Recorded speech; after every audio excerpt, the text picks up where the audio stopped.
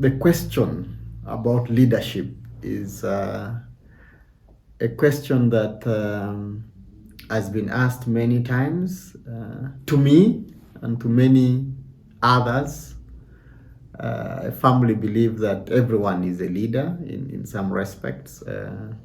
It's just the places and platforms where we lead that are different.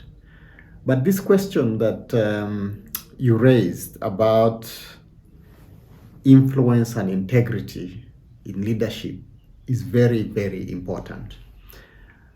And recent developments in Kenya, in Nigeria, in Myanmar previously, in Ethiopia, in Bangladesh, where we have seen, frontline young people challenging status quo, demanding for justice, demanding for reform, has brought to the fore a really interesting idea about leaderless movements and people's struggles.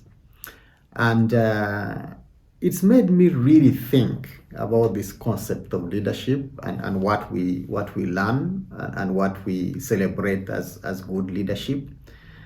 And I was really struck by a video I watched of an interaction between activists in Kenya, young people in Kenya, having a conversation with the president of Kenya, Ruto, after these weeks of protests.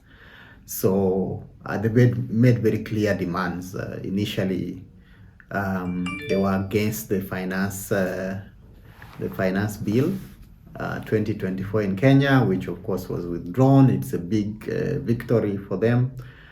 But as is always the case, movements start with one idea, but as it rolls forward, it also depends on how the state and authorities respond. Issues begin to broaden. So this finance bill, or in the case of Bangladesh, this particular legislative reform that was giving privilege to certain groups of people, become a trigger to many other societal grievances that people have. So anyway, back to this interaction between the young people in Kenya and President Ruto. So this interaction was very revealing, because President Ruto was then saying, list down your leaders so I can speak to them, we can agree on something, I just can't talk to everybody. The young people then told Ruto, we are leaderless. So our demands are clear. We need action.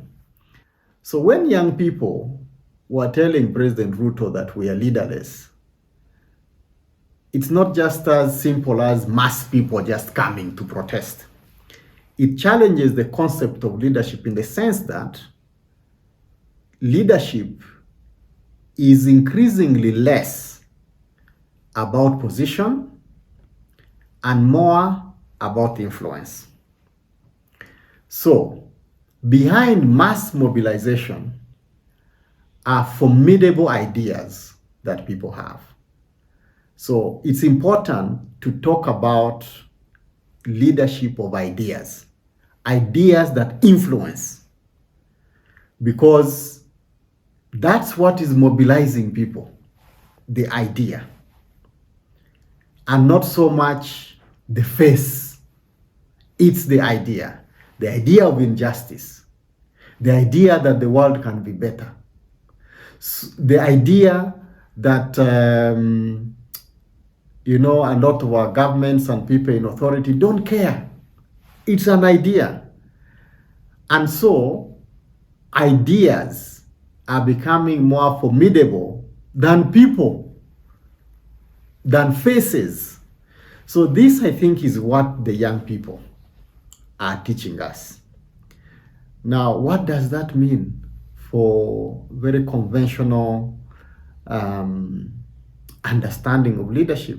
As a Secretary General, I I do have power of position. I have a job description, I have powers, I have, but while those might not dramatically change, I think they need to respond to the reality that it's what you stand for, what you believe that matters more than your position. It's only when we realize this that we will connect to all that is happening in the world. So it's very, very important for each and every person in a position of authority, even at home, as a father, as a mother, as a senior person, to think about what influence you can have and what idea you put forward that can mobilize for justice. So I think this is the issue, rather than the idea that they are leaderless movements. What is leading movements is different.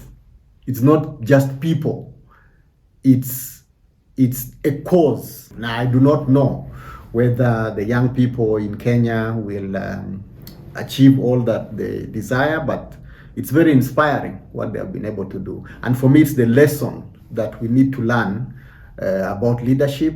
Main point really is that leaderless movements, interesting idea, but the bottom line is that there is leadership, but a different kind of leadership.